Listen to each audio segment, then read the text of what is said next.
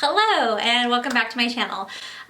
This is a series I'm starting called Diaries of a Working Mom, and I want to share with you a little something that happened to me recently. We'll just get right into it. So I have this major anxiety and kind of fear about my son being the last one left at daycare. It's pretty ridiculous, I'm sure, to most people, but in my head, I just cannot let him be the last one at daycare. So every day as the afternoon approaches, I start getting anxiety. I start just stressing out. My heart races, my mind starts running about, making sure that I get to pick him up on time. And it's just something that I'm working on, but I deal with every day. So my husband went to work and he took the car with the car seat. As the afternoon approaches, I'm, in my mind, I'm thinking, oh my gosh, we have to pick my son up. By this time, he cannot be the last one there. So I text my husband and I'm like, hey, are you gonna be able to pick our son up by this certain time?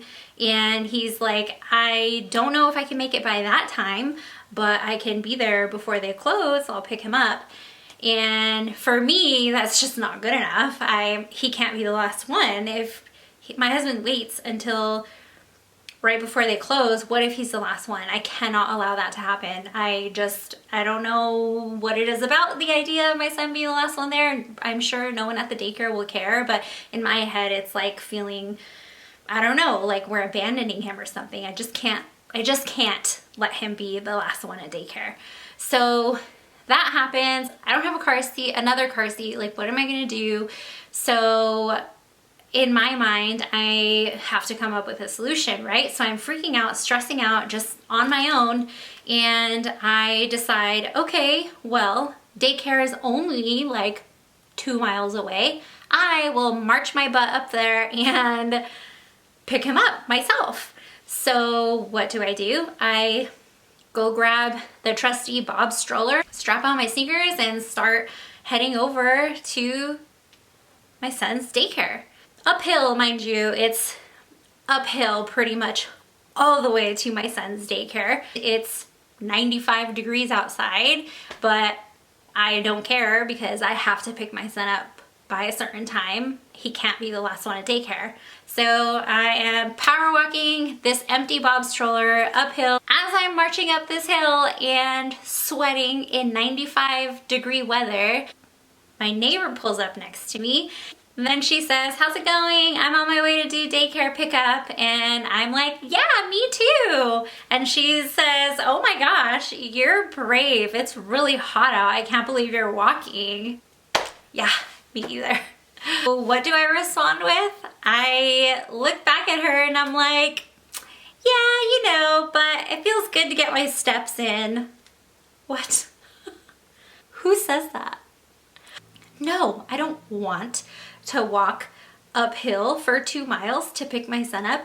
I am not happy. It's 95 degrees outside. I'm sweating. I'm not trying to get my steps in. This isn't what I want to do. It's what my anxiety is driving me to do because I just can't let him be the last one at daycare.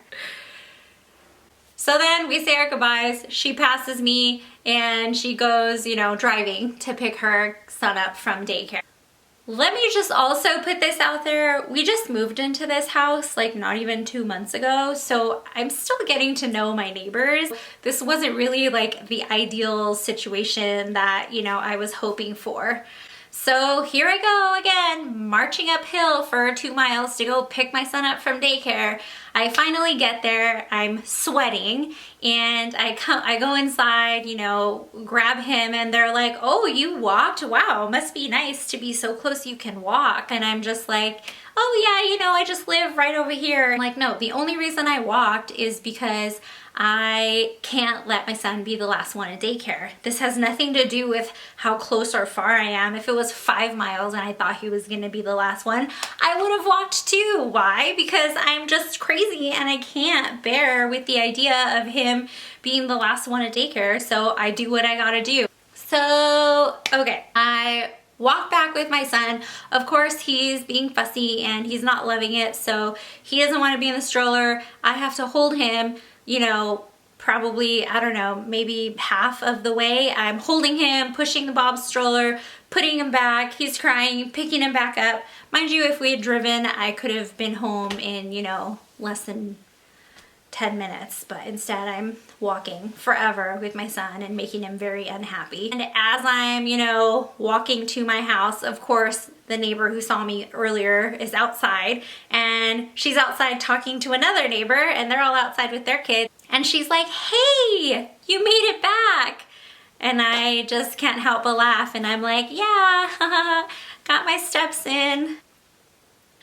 Sure did get my steps in. Not stoked.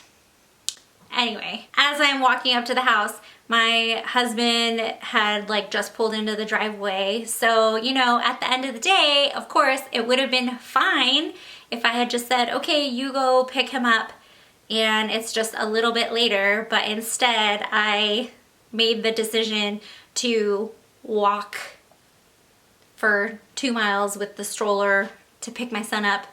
Am I better for it? I don't think so. I don't think so.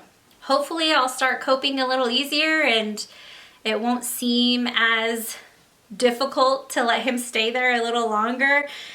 Maybe he will be the last one of these days. I don't know.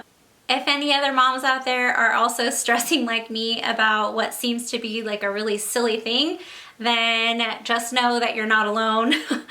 I am struggling with this whole leaving him at daycare thing pretty much every single day. So just know you're not alone. And I mean, hopefully I'm not the only one.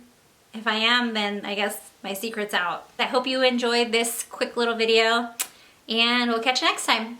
Bye.